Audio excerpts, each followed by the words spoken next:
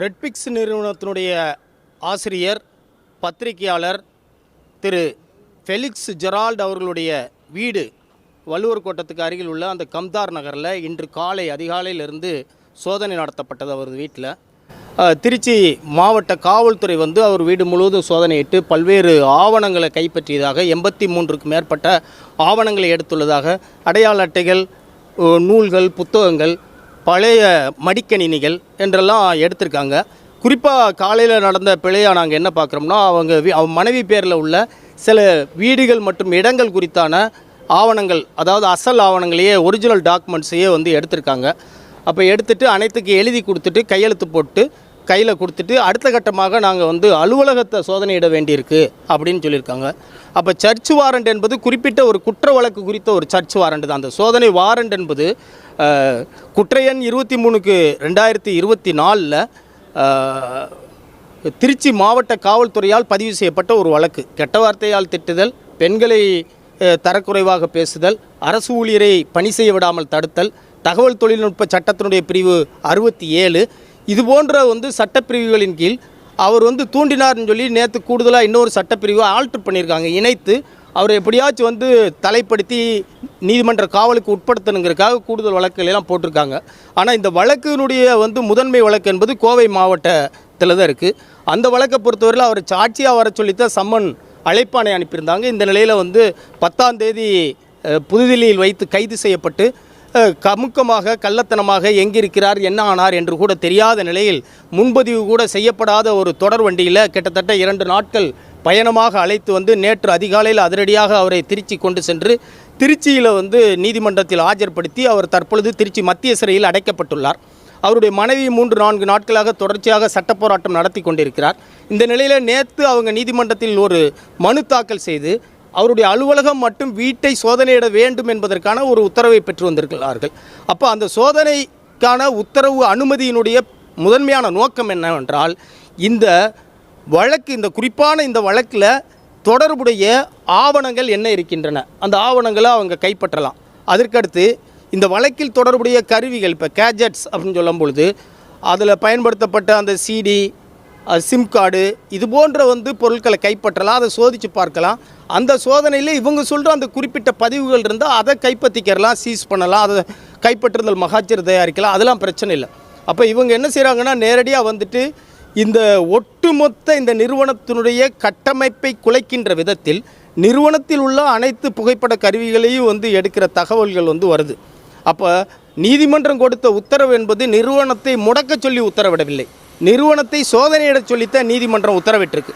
அப்போ முடக்குவது என்பது எப்படின்னா, இப்போ ஒரு நிறுவனத்தில் 10 புகைப்பட கருவிகள் இருக்குது, 10 புகைப்பட கருவியை எடுத்துகிட்டு போயிட்டோம். அப்போ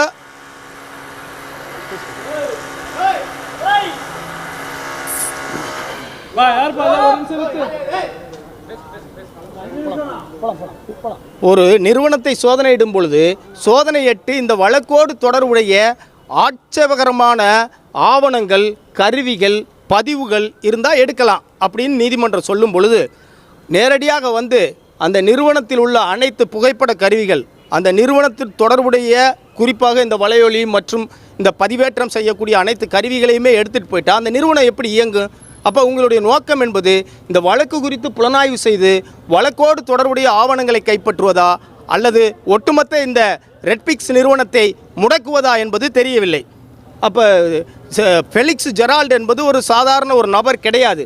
அவர் கிட்டத்தட்ட 30 ஆண்டுகள் பத்திரிகை உலகத்தில் இருக்கக்கூடியவர். இந்தியாவினுடைய புகழ்பெற்ற NDTV போன்ற நிறுவனங்களில் பணி செஞ்சுருக்காரு, சன் தொலைக்காட்சியில் பணி செஞ்சுருக்காரு, சத்தியம் தொலைக்காட்சி உருவாக்கத்தில் மிகப்பெரிய பங்காற்றியிருக்காரு. அப்போ காட்சி ஊடகத்திலேயே அச்சு ஊடகத்திலேயே அவருடைய பணி மிகச்சிறப்பான ஒரு பத்திரிகையாளராக பணியாற்றியிருக்காரு. தற்காலங்களில் சமூக வலைத்தள ஊடகத்திலேயே சிறந்த பத்திரிகையாளராக செயல்பட்டு கொண்டிருக்கிறார். கிட்டத்தட்ட 25 லட்சத்திற்கு மேற்பட்ட அவருடைய சந்தாதாரர்கள், சப்ஸ்கிரைபர்ஸ் அந்த நிறுவனத்தில் அந்த ரெட்பிக்ஸை பார்த்துக்கிட்டு இருக்காங்க. அப்போ ஒரு இயங்கி கொண்டிருக்கின்ற ஒரு நிறுவனத்தை முடக்குவது, அந்த குடும்பத்தோடு தொடர்புடைய அசல் ஆவணங்களை கைப்பற்றுவது. இன்றைக்கி அவர் பிள்ளை ஜெர்மனியில் படிச்சுக்கிட்டு இருக்காங்க, மகனுக்கு அடுத்து கல்லூரியில் இடம் கேட்டு விண்ணப்பிச்சிருக்காங்க. பிள்ளைகளுக்கு ஒரு படிப்புக்காக ஒரு கடன் வாங்கணும்னா கூட அந்த ஆவணங்கள் தேவைப்படலாம். அந்த ஆவணங்களெல்லாம் கைப்பற்றிட்டு போகிறதுனால இந்த வழக்கில் என்ன பெருசாக செஞ்சிட முடியும்? அப்போ புலனாய்வு அதிகாரிகள் என்பது யாருடைய உத்தரவின் பேரில் இவ்வாறெல்லாம் செய்கிறாங்க அப்படிங்கிறதே புரியலை. எதன் அடிப்படையில் இவ்வாறு நடந்து கொள்கிறார்கள் என்பது புரியவில்லை. இது வந்து ஊடக சுதந்திரத்திற்கு விடப்பட்டுள்ள ஒரு மிகப்பெரிய சவாலாக இதை பார்க்க முடியுது. இன்றைக்கி ரெட்பிக்ஸ் ஃபெலிக்ஸுக்கு நடக்கிற விஷயம் வந்து தமிழ்நாட்டில் உள்ள எல்லா ஊடகங்களுக்கு நடந்தால் என்ன ஆகும் நிலவரம்? ஒரு ஊடகத்துக்குள்ள நுழைஞ்சு அந்த ஊடக உரிமையாளர்களுடைய வீட்டுக்குள் நுழைஞ்சு வீட்டு பத்திரம், தோப்பு பத்திரம், எல்லா பத்திரங்களையும் எடுத்துக்கிறீங்க. சரி, அடுத்து ஊடகத்துக்களை நுழைஞ்சு ஊடகத்தினுடைய அனைத்து கட்டமைப்புகளையும் குலைச்சு அங்கே இருக்கிற புகைப்பட கருவிகள், பதிவேற்றம் செய்யக்கூடிய அனைத்து கருவிகளையும் கைப்பற்றிட்டு போட்டால் அந்த ஊடகம் எப்படி இயங்கு? பொருளாதார ரீதியாக திருப்பி எழும்பி நிற்க முடியுமா? ஒவ்வொரு கருவியும் 1 லட்சம், 1.5 லட்சம், 2 லட்சம் மதிப்புள்ள விலை மதிப்புள்ள கருவிகள். அப்போ அந்த விலை மதிப்புள்ள கருவிகளை நீங்கள் வந்து மிக எளிதாக கைப்பற்றி கொண்டு செல்ல முடியுமா? அப்படிங்கிறலாம் மிகப்பெரிய கேள்விகள் இருக்குது. நீங்கள் தொடக்கத்திலிருந்தே நாங்கள் சவுக்கு சங்கர் பிரச்சனைக்குள்ள வரவே இல்லை. நீங்கள் கைது செஞ்சுருக்கீங்க, கைது செய்யப்பட்டதில் சில சட்ட மீறல்கள் இருக்குன்னு அவர் புகார் தெரிவிக்கிறாரு. அவர் மீது மனித உரிமை மீறல்கள் சிறைச்சாலையில் கட்டவிழ்த்து விடப்பட்டுள்ளதாக அவர் சொல்கிறாரு. அது குறித்து புகார் தெரிவிச்சிருக்காரு. அது குறித்து வழக்குகள் நிலுவையில் இருக்குது, அது வேற. ஆனால் ஒரு நெறியாளரை கைது செய்தது, ஒரு நெறியாளரை கள்ளத்தனமாக கைது செய்தது, சட்டவிரோதமாக கைது செய்தது, நெடுந்தொலைவுக்கு சென்று பிரஸ் கவுன்சில் ஆஃப் இந்தியாவில் புகார் தெரிவிக்க இருந்தவரை டெல்லிக்கு சென்று கைது செய்தது, அவருடைய வீட்டுக்கு கைது குறித்து தகவல் தெரிவிக்காமல் இருந்தது, உரிய நீதிமன்றத்தில் 24 மணி நேரத்திற்குள் ஆஜர்படுத்தாமல் இருந்தது, டெல்லியில் உள்ள நீதிமன்றத்தில் கூட ஆஜர்படுத்தினீர்களா? அது குறித்த வந்து உங்களோட ஆவணங்கள் இருக்கிறா? எதுவுமே கிடையாது. அப்போ நீங்கள் கொண்டு வந்துட்டு கைதில் தவறு செஞ்சுருக்கீங்க, வழக்கு தொடுத்ததில் கைது செஞ்சுருக்கீங்க. ஆஃப்டர் தாட் என்பதை போல நீங்கள் நேரங்கடந்து காலங்கடந்து வேண்டுமென்றே அவரை வந்து இந்த வழக்கில் நீங்கள் சேர்த்துருக்கீங்க. 114 இந்திய தண்டனை சட்ட பிரிவை நீங்கள் காலங்கடந்து சேர்க்குறீங்க. அவர் தான் தூண்டி விட்டார், அவர் தான் உடந்தையாக இருந்தாருங்கிற கணக்கில் வந்து நீங்கள் என்ன செய்கிறீங்க? அவர் கெட்ட வார்த்தையால் யாரையும் திட்டலை, அவர் யாரையும் இழிவுபடுத்தி பேசலை, அவர் பெண்களை வன்கொடுமை செய்கின்ற வார்த்தைகளை பயன்படுத்தலை, அவர் அரசு ஊழியரை பணி செய்ய விடாமல் தடுக்கலை. ஒரு ஊடகவியலாளர் என்ற அடிப்படையில் ஊடக அறத்தை பின்பற்றி இந்த நாட்டை பற்றி அல்லது இந்த நாட்டில் நடக்கின்ற விடயங்கள் குறித்து தகவல் சொன்ன ஒரு செய்தியை அவர் பதிவேற்றம் செய்தார். பதிவேற்றம் செய்வதற்காக ஒரு ஊடகவியலாளரை, ஒரு செய்தி ஆசிரியரை நீங்கள் கைது செய்வீர்கள் என்றால் இந்த நாட்டிலே எந்த ஊடக ஆசிரியராச்சும் நடமாட முடியுமா? யாராவது வெளியில் இருக்க முடியுமா? தமிழ்நாட்டில் உள்ள அத்தனை ஊடக ஆசிரியர்களுமே சிறையில் தான் கிடக்கணும். அப்போ ஒரு நபர் நெறியாளர் என்ற காரணத்திற்காகவே அவரை கொடுமைப்படுத்துவது, துன்புறுத்துவது, சிறையில் அடைப்பது அனைத்துமே ஒரு மனித உரிமை மீறலாகத்தான் இதை பார்க்கப்படுது. நீங்கள் இன்றைக்கி அதிகாரம் கையில் இருக்குங்கிறக்காக இதை விரைவாக செய்யலாம், ஒரு நீதிமன்றத்தில் வேகமாக போய் சில உத்தரவுகளை பெறலாம். ஆனால் அதே நீதிமன்றம் உங்களுக்கு எதிராக நடவடிக்கை எடுக்கக்கூடிய நிலை வரும். நீங்கள் சட்டவிரோத காவலில் வைத்திருக்கிறீர்கள், கைது குறித்த நடைமுறைகளில் உச்சநீதிமன்றத்தினுடைய நெறிமுறைகளை நீங்கள் பின்பற்றவில்லை. டிகே பாசு எதிர் மேற்கு வங்காள மாநில அரசுன்னு ஒரு உச்சநீதிமன்ற தீர்ப்பு இருக்குது. அப்போ அது எதையுமே அது அவங்கள்ட்ட இருந்து பேசிக்கிட்டு தான் இருக்கோம். இப்போ நாங்கள் என்ன சொல்கிறோம்னா, சோதனைங்கிற பேரில் வந்து இவங்க வந்து புகைப்பட கருவிகளை எடுத்துகிட்டு போகக்கூடாதுன்னு தான் நம்ம சொல்கிறோம். புகைப்பட கருவிகள் எடுக்கிறதுக்கு என்ன, புகைப்பட கருவியில் என்ன இருக்குது? புகைப்பட கருவியை ஏன் கைப்பற்றுறீங்க?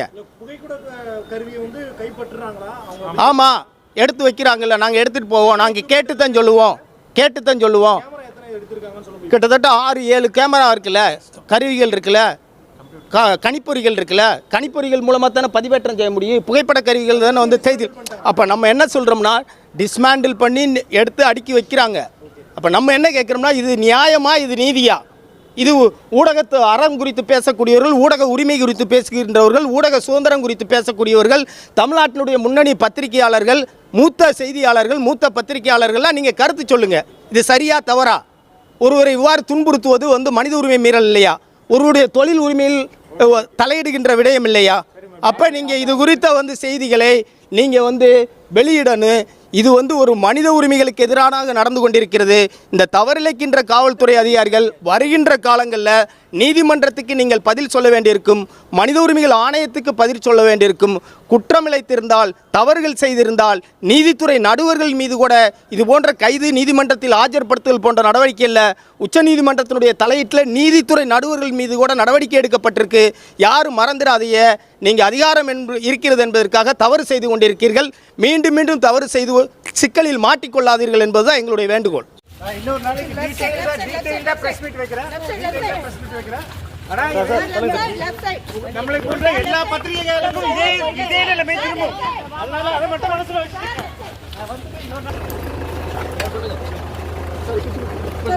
கண்டிப்பா இது பத்திரிகையாளர்களுக்கு கொடுக்கப்பட்ட ஒரு பெரிய போர். நிச்சயமா இது எல்லாருக்கும் இந்த நிலை வரும். வாங்க